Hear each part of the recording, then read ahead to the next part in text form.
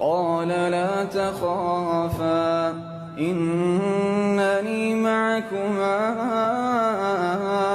أسمع وأرى فأتياه فقولا إنا رسولا ربك فأرسل معنا بني إسرائيل ولا تعذبهم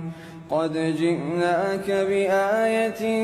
من ربك والسلام على من اتبع الهدى قال لا تخافا إنني معكما أسمع وأرى فأتياه فقولا إنا رسولا ربك فأرسل معنا بني إسرائيل